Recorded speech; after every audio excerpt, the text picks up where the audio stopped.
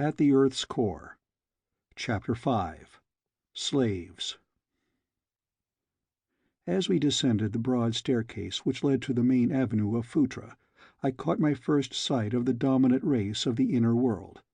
Involuntarily, I shrank back as one of the creatures approached to inspect us.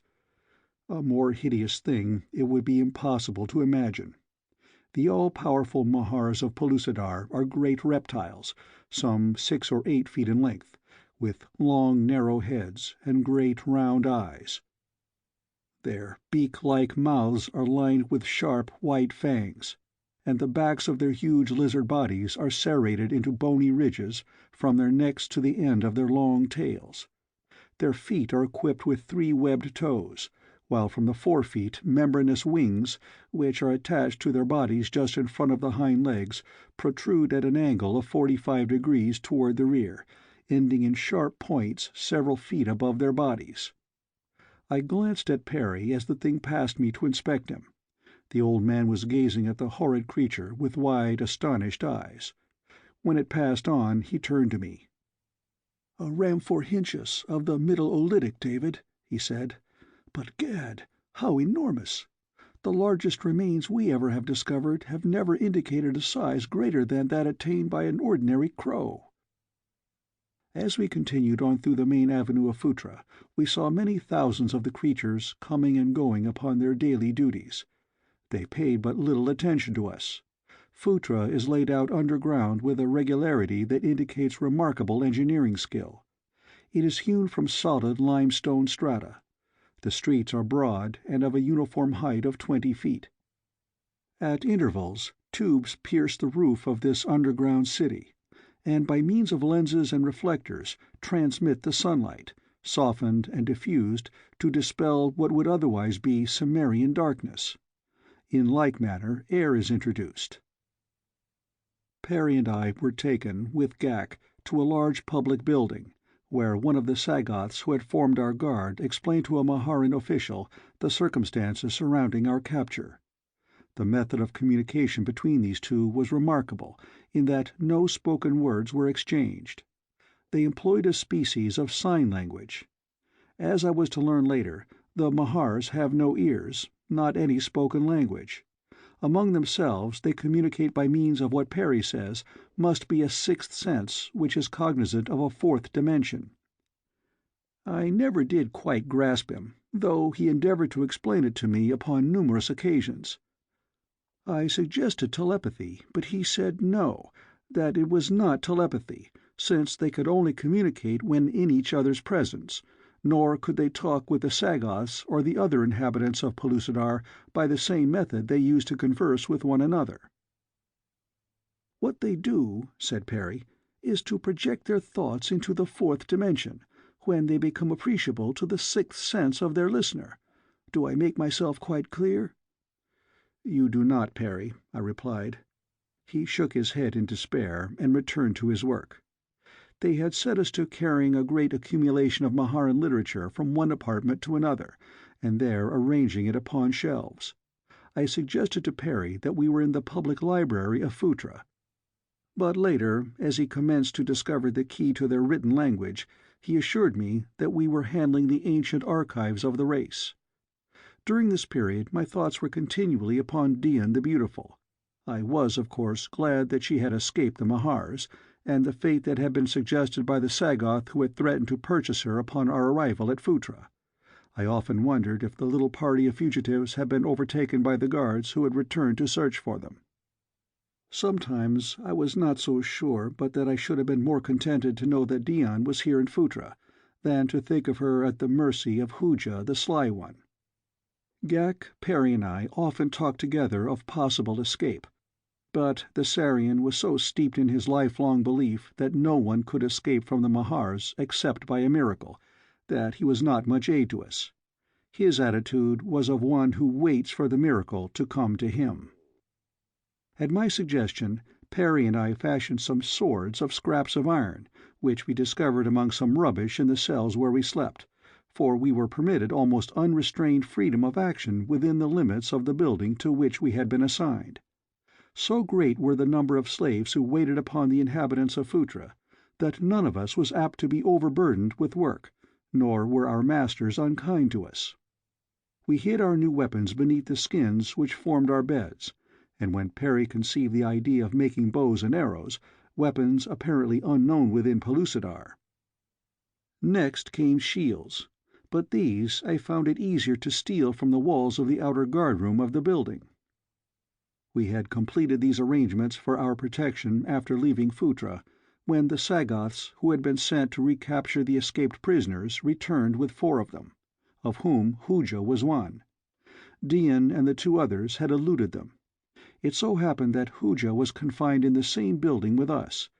He told Ghak that he had not seen Dian or the others after releasing them within the dark grotto.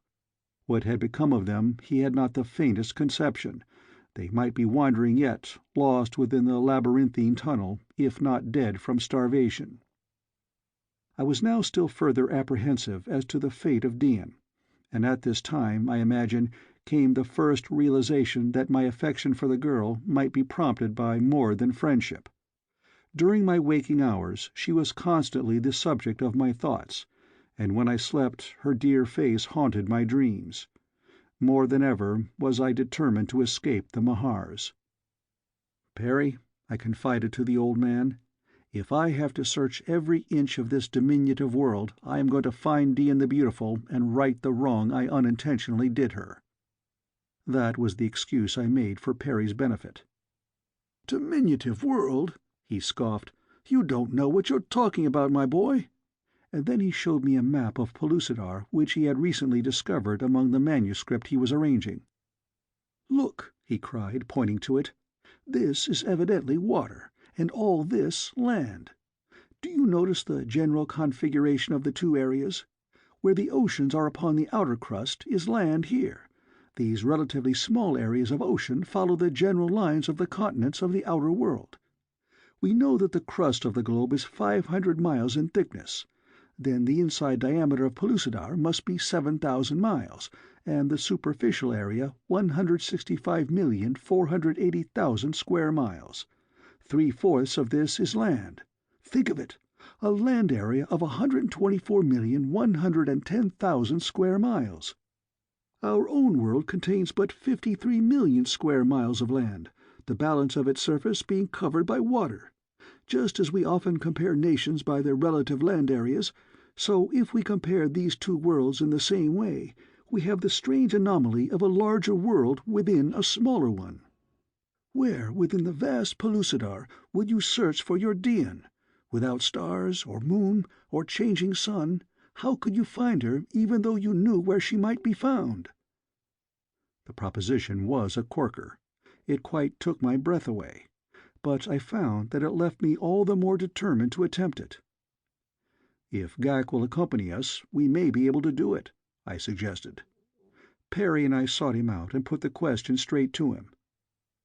"Ghak," I said, "we are determined to escape from this bondage. Will you accompany us?" "They will set the Thipdars upon us," he said, "and then we shall be killed. But," he hesitated, "I would take the chance if I thought that I might possibly escape and return to my own people." "Could you find your way back to your own land?" asked Perry. "And could you aid David in his search for Dian?" "Yes." "But how," persisted Perry, "could you travel to strange country without heavenly bodies or a compass to guide you?" Ghak didn't know what Perry meant by heavenly bodies or a compass, but he assured us that you might blindfold any man of Pellucidar and carry him to the farthermost corner of the world, yet he would be able to come directly to his own home again by the shortest route. He seemed surprised to think that we found anything wonderful in it. Perry said it must be some sort of homing instinct such as is possessed by certain breeds of earthly pigeons. I didn't know, of course, but it gave me an idea. "Then Dian could have found her way directly to her own people?" I asked. "Surely," replied Ghak, "unless some mighty beast of prey killed her." I was for making the attempted escape at once, but both Perry and Ghak counselled waiting for some propitious accident which would ensure us some small degree of success. I didn't see what accident could befall a whole community in a land of perpetual daylight, where the inhabitants had no fixed habits of sleep.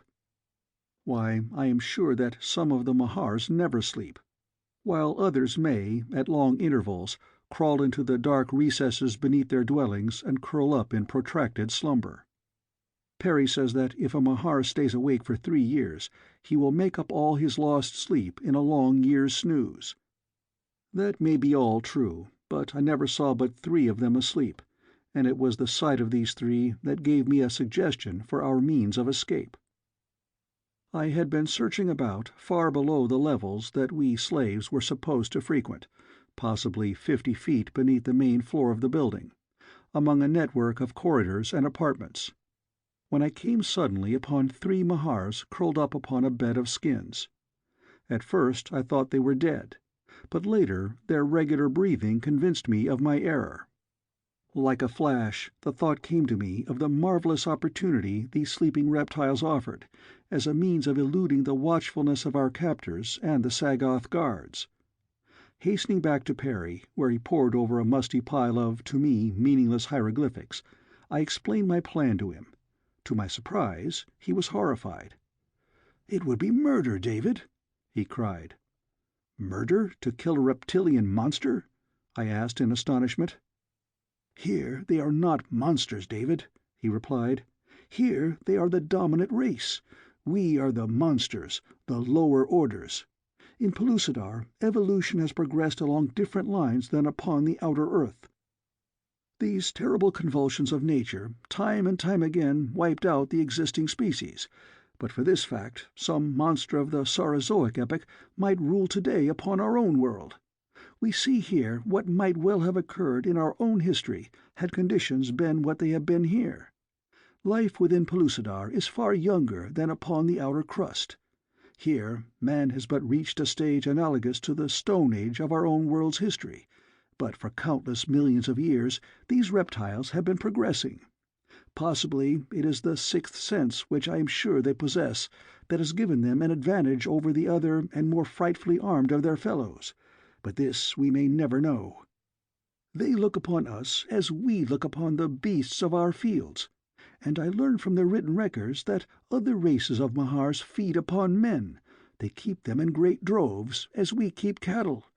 They breed them most carefully, and when they are quite fat, they kill and eat them."